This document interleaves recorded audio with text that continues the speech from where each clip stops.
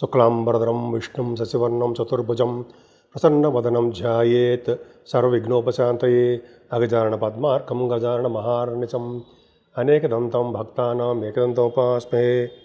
ఓం గం గణపతయే నమః. ఓం శ్రీమాత్రే నమః. ఓం శ్రీ గురుభ్యోం నమః. మా ఆది అష్టాలను చూస్తున్నటువంటి మీ అందరికీ పేరు పేరున నా హృదయపూర్వక నమస్కారాలు. అంతేకాకుండా విదేశాల్లో కూడా ఉండి నా వీడియోస్ చూస్తున్నటువంటి మీ అందరికి కూడా పేరు పేరున హృదయపూర్వక నమస్కారాలండి. ఇప్పుడు మనం 16th జూలై నుండి 31st జూలై 2025 15 రోజులు, జూలై 15 రోజులు ఎలా ఉండబోతుంది 12 రాశులకి ఇప్పుడు మనం తెలుసుకోబోతున్నామండి. అందుకే దానికంటే ముందర ఏంటంటే, నా పేరు వాడ్రే ఆదినారాయణరావు శర్మ. 7075389589 అండి నా సెల్ నెంబరు. 7075389589. సరే అండి, మీ జాతకాలు చూపించుకోవాలనుకుంటే మా ఆది ఆస్ట్రాలజీకి ఫోన్ చేయండి. నేనే మీ ఫోన్ లిఫ్ట్ చేస్తాను. ఒకవేళ షూటింగ్స్లో ఉన్న జాతకాలు చెప్తున్నా కూడా మీకు అసౌకర్యం కలగకుండా ఉండడం కోసము వాట్సాప్లో మీరు మెసేజ్ పెట్టండి. తప్పకుండా నేను మళ్ళీ మీకు ఫోన్ చేస్తాను. నేను వేరే వాళ్ళు చెప్పడం కానీ ఇది కానీ ఏం లేవు. అంతేకాకుండా నేను మధ్య యూట్యూబ్ ఛానల్లో చూస్తున్నప్పుడు ఆది ఆస్ట్రాలజీ అని ఒకటి పెట్టారు వేరే వాళ్ళు ఎవరో.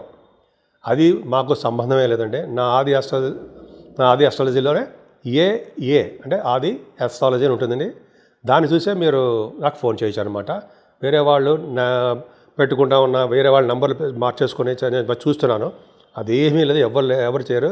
నా నెంబరే ఉంటుంది, నేను ఎవరికి ఇవ్వట్లేదు. కొద్దిగా గుర్తుపెట్టుకోండి. సరేనండి, నా వీడియోస్ మీకు నచ్చితే లైక్ చేయండి, షేర్ చేయండి, సబ్స్క్రైబ్ చేయండి. ఇప్పుడు మనం సింహరాశి వారికి కుజుడే బ్రహ్మాండంగా ఉన్నాడండి. ఆ కుజుడు బ్రహ్మాండంగా ఉండడమే కాకుండా జనరల్గా ఏంటంటే మీకు కోపము, కొద్దిగా మాట పరుషంగా మాట్లాడడము, అలాగే కొద్దిగా చిన్న భయము, అలాగే చిన్నవన్నీ ఉంటాయండి. అవన్నీ భయపడాల్సిన అవసరం లేదు. స్థిరమైన లక్షణాలు కలిగి ఉంటారు మీరు. 29వ తారీఖు నుంచి కుజుడు ద్వితీయ భావంలో రావడం వల్ల, శనీశ్వరుడు కూడా మీకు శని దృష్టి ఉండడం వల్ల మీరు పడిపోయి ముఖానికి దెబ్బ తగలడానికి అవకాశం ఉందండి. జాగ్రత్తగా ఉండండి. అంటే ముఖానికి, ఫేస్కి బ్లడ్ కనపడమో, ఎక్కడో చోట దెబ్బలు తగలడమో, కొద్దిగా జాగ్రత్తగానే ఉండాలండి. ఒక 4 నెలల పాటు మీరు 4 నెలలు కాకపోయినా 40 రోజుల పాటు పైన మీరు జాగ్రత్తగా ఉండాలి. కుజుడు మీనరాశిలో కన్యారాశిలో ఉన్నంత వరకు మీకు జాగ్రత్తగానే ఉండాలి. సో మీరు మమ్మల్ని భయపెడుతున్నట్టు భయభ్రాంతులు గురి చేస్తున్నట్టు ఏమీ కాదు. కానీ ముందుగా జాగ్రత్త చెప్పడం జరుగుతుందండి. ఏదైనా కంఫర్టబుల్నెస్ ఎక్కువ ఉంటుంది మీకు. పైగా బహుశా మీరు గృహాలు కానీ, ಅಥವಾ వాహనం కానీ, భూములు కానీ కొనుక్కోవడానికి అవకాశాలు ఉన్నాయి. విద్యలో కూడా రాణిస్తారు. రైతులు కూడా నష్టం రాకుండా పంటలో డబ్బులు రావడానికి అవకాశం ఉంది. ఏదైనా సత్సంతాన యోగ్యత, పుత్రులు కలిగే భాగ్యము, అదృష్టము బాగా ఉందండి మీకు, డౌట్ లేదు.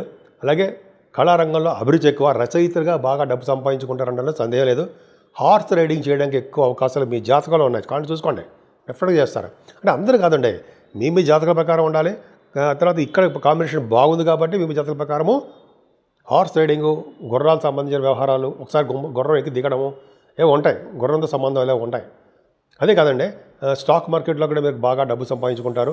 అంటే మాత్రం అందరికీ కాదు, ఎక్స్పీరియన్స్డ్ పర్సన్స్కి ధనప్రాప్తి కలుగుతుంది. ఏదేమైనా సింహరాశి వారికి సప్తమ స్థానంలో రాహు, అష్టమ స్థానంలో శని పరమ తప్పండి. చాలా ఇబ్బందికరమైన వాతావరణం ఏంటంటే సప్తమ స్థానంలో రాహు అంటే అసలు పెళ్ళిళ్ళు చేయడమే తక్కువ. అసలు సప్తమ స్థానంలో రాహులు అంటే ద్వితీయ వివాహం చేస్తారు. అది పక్కన పెడదాం కంటే ఆ రాహు అంత అద్భుతమైన, అందరికీ కాదు, సెకండ్ మ్యారేజ్ అనేది రాహు అంత అద్భుతమైన ఫలితాలు ఇవ్వడండి. కొద్దిగా లేట్ చేసేస్తుంటాడు మ్యారేజ్లన్నీ కూడా. అలాగే భార్య భర్తల విషయంలో కూడా ఇబ్బంది పెట్టేస్తుంటాడు. కానీ భగవంతుడు ఏంటంటే మీకు గొప్ప అదృష్టాన్ని ఇచ్చాడు. ఏంటంటే గురువు గారిని మిథున రాశిలోకి తీసుకొచ్చేసి మీ సప్తమ భావం మీద గురు దృష్టి పెట్టేశాడు. పెట్టడం వల్ల రాహువుడు కదా శని ఉన్నా సరే కంట్రోల్ అయ్యి మీకు మంచి చేయడానికి ఎక్కువ అవకాశాలు ఉంటాయండి. కానీ ఆ చెడు ప్రభావం అంటే బాగా విపరీతంగా ఉండకపోయినా కొద్దిగా ఉంటుంది. చెడు ప్రభావం కొద్దిగా మీ మీద రాహు చూపిస్తాడు. ఏం చూపిస్తాడు? లేట్గా మ్యారేజ్లు అవ్వడము, చికాకులు కలగడము, బిజినెస్లో లేట్ అయిపోవడం జరుగుతుంది. అదే పక్క పెడదామండి. అష్టమ స్థానంలో శనీశ్వరుడు చాలా తప్పు, దోషం, విపరీతమైనటువంటి బాధలు కలిగిస్తూ ఉంటాడు మిమ్మల్ని. పైగా శనీశ్వరుడు వక్ర గతిలో ఉంటే అసలు చాలా ఇబ్బందికరమైన వాతావరణం ఉండే. పైగా కుజుడు కూడా చూస్తాడు కాబట్టి నీటి గండం మీకు ఉండడానికి అవకాశాలు 100% ఉంది. 100% కాదనుకోండి. శనీశ్వరుడు అలా ఉండకూడదు. అష్టమ స్థానంలో ఉంటేనే అసలు ఎందుకంటే వర్షాల కారణం కూడా వర్షాలు జనరల్గా ఎక్కువ పడడానికి సంవత్సరం మొత్తం కూడా కారణము శనీశ్వరుడు మీనరాశిలో ఉన్న కారణం అవుతుందండి. కుజుడు గురించి చూస్తాడు కాబట్టి ఎక్కువ జూలై నెల ఆగస్టు నెలలో కూడా విపరీతమైన వర్షాలు పడతాయి. అలాగే అంత పక్క పెడదామండి. ముఖ్యంగా మీకు నీటి గండం ఎక్కువ ఉందండి.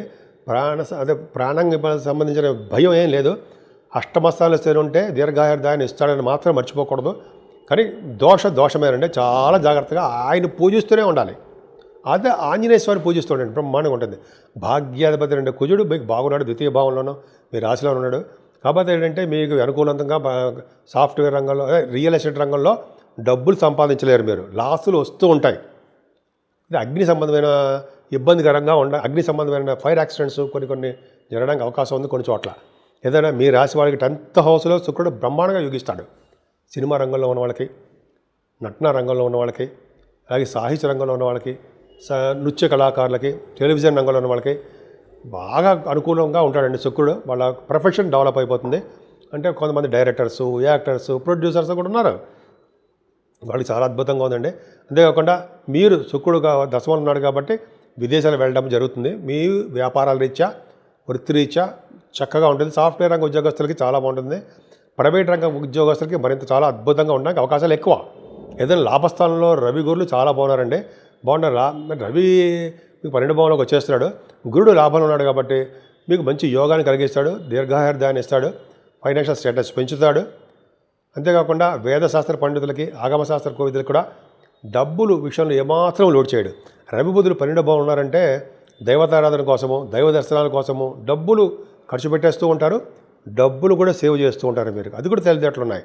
సో సింహరాశి వారికి రాహు వలన, శనీశ్వరుడు వలన దోషాలు ఉన్నాయి కాబట్టి అమ్మవారిని, అలాగే ఆంజనేయ స్వామి వారిని, అలాగే వెంకటేశ్వర స్వామి వారిని, శివుణ్ణి మీకు ఎవరు వీలుంటే వాళ్ళు నలుగురిని పూజించినా మంచి ఫలితాలు ఉండి తీరుతాయి.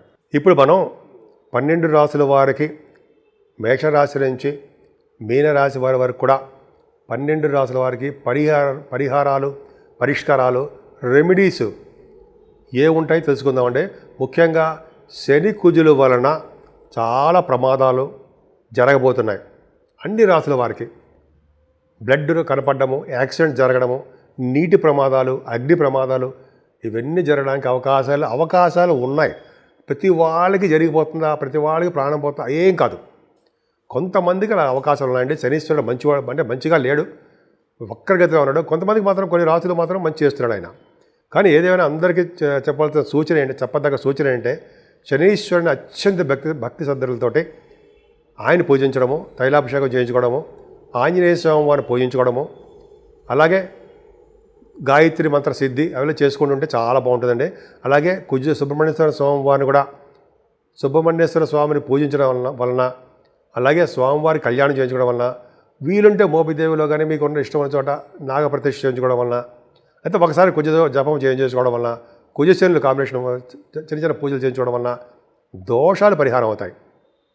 అంతేకాకుండా ఈ నెల 17వ తారీఖు నుంచి దక్షిణాయన పుణ్యకాలం అని వస్తుందండి. ఆ రోజు చేసే జపాలు, దానాలు, తర్పణాలు, అలాగే స్నానాలు ఇవన్నీ అద్భుతమైన ఫలితాలు ఇచ్చి తీరుతాయంటే సందేహం లేదు. దక్షిణాయన పుణ్యకాలం రోజు అంటే దక్షిణాయనం అంటే అర్థం ఏంటయ్యా అంటే సూర్యభగవానుడు 17 తారీఖు 16 కూడా అవ్వచ్చు అనుకోండి. సూర్యభగవానుడు కర్కాటక రాశిలోకి రావడమే దక్షిణాయన పుణ్యకాలము అంటాం. అంటే దక్షిణాయనం అంటే ఏంటంటే జూలై నుంచి డిసెంబర్ వరకు కూడా, డిసెంబర్ జనవరి వరకు ఉంటుందండి. ఆ కాలంలో రాత్రి ఎక్కువ ఉండడం, పగలు తక్కువ ఉంటుంది.